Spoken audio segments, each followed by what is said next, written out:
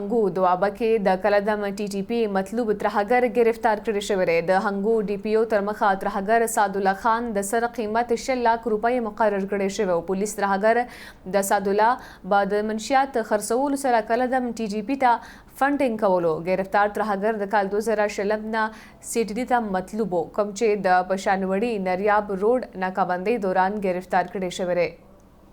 په هنګو دوابه کې د کلدم ټي ټي پی مطلوب ترهګر گرفتار کړی شوی. د هنګو ډي پی او تر مخه د ترهګر سعدالله خان د سر قیمت 6 لک روپۍ مقرر کړی شوی. پولیس تر مخه ترهګر سعدالله خان به منشیات خرڅولو سره کلدم ټي ټي پی ته فنډینګ کولو.